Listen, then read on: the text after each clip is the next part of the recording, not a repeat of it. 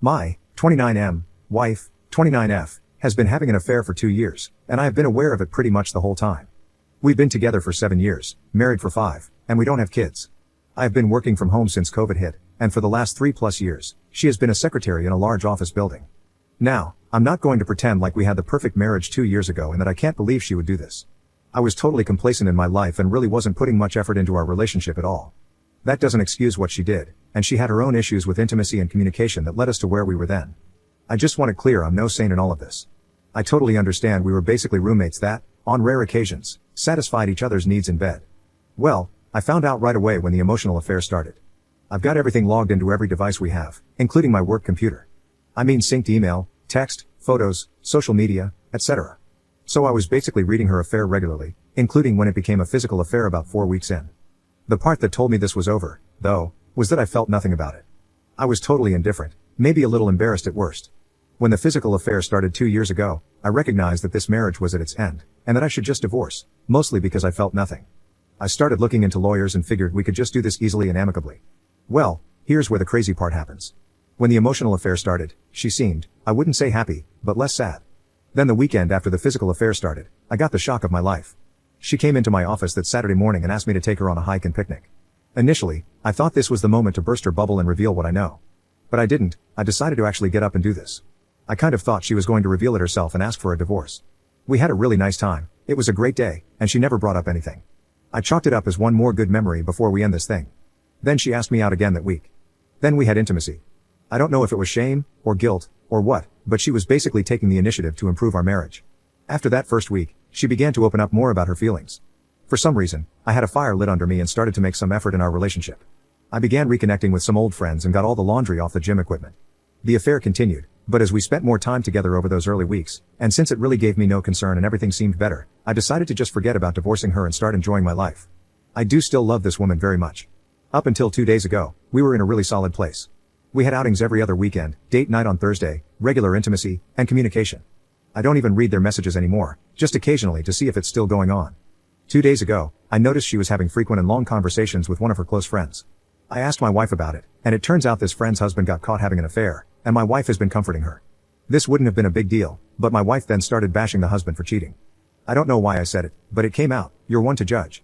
She got super defensive and pressed me for why I said that. I initially tried to apologize and move on, but she wasn't letting up, and I eventually spilled that I've known about her affair the whole time. She tried to play dumb, which annoyed me, so I started citing specifics. She then got really mad at me, started crying, accusing me of not caring about her. I got pissed and started yelling at her because I'm not the one having an affair. It got heated, and we went to separate rooms and slept it off. Yesterday morning, she got up extra early and went to work before I got up. I tuned back into their messages, and she had broken up with her affair partner. He was messaging her constantly on every app, and she just kept blocking him. She came home early yesterday. I went to talk to her, and she stopped me, looked at me, and asked, how could I let this go on? I replied, because I just didn't care. She then called me a huge jerk and locked herself in our bedroom until she left for work this morning. She got home tonight, said nothing to me, and locked herself in again. I can't even imagine in what bizarro world I could possibly be the jerk in this situation. Is there a perspective out there where I am? If so, please share it with me because in my mind, there isn't. Update 1. First off, I appreciate everyone's comments on the original post, except those of you who just get on and throw insults. You need therapy more than anyone on this whole sub. Anyway, the conversations I'm going to share below were in no way linear. We jumped around in topics, talking about this, which led to that, only to come back to this, reveal that, and so on. So, I'm going to just try and put it all together as coherently as possible. Like I said in a comment on the other post, my wife finally came out at around 12:30 a.m. Friday and joined me on the couch in my office. She curled up next to me and just cried for a solid 15 to 20 minutes, and we were just silent otherwise. When she was ready, we began talking until we were worn out. We picked that up again last night, which was also taxing. We finally finished up, for now, this morning. This includes long spells of crying, hysterical bonding, and a phone call to the affair partner while I listened. He was aware. The start of the affair was pretty cliché. Flirty small talk makes her feel good, escalates, becomes messaging and sharing personal details, and eventually leads to kissing. Probably don't need to explain the rest of the escalation from there. We talked a lot about what got her to that point.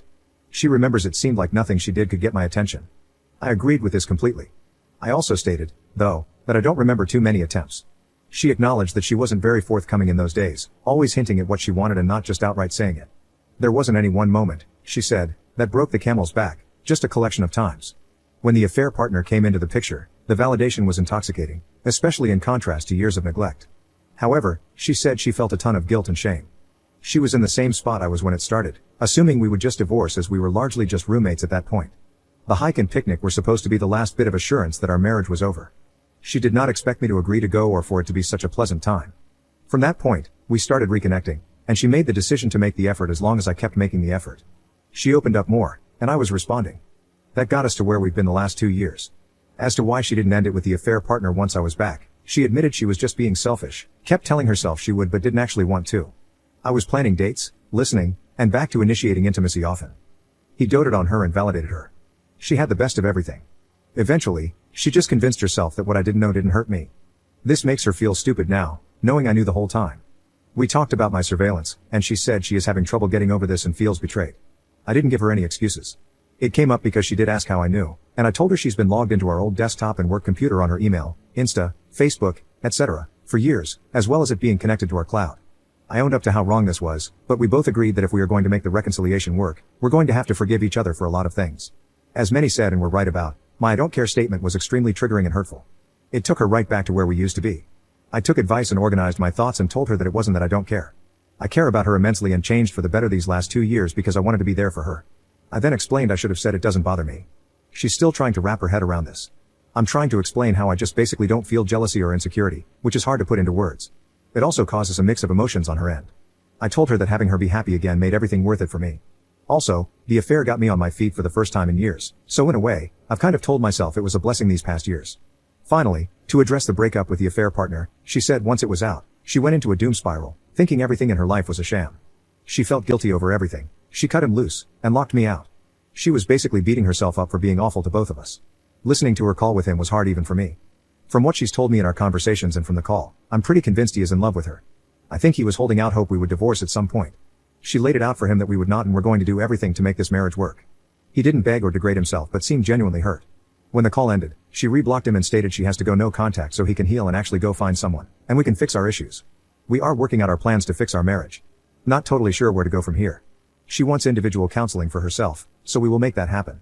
After she has done that for a while, we will probably start marriage counseling. We are also going to symbolically start fresh, and I'm getting a new work computer. From there, it's being open and honest with each other every day and making sure we are present in our lives. I love this woman very much and want to make this work.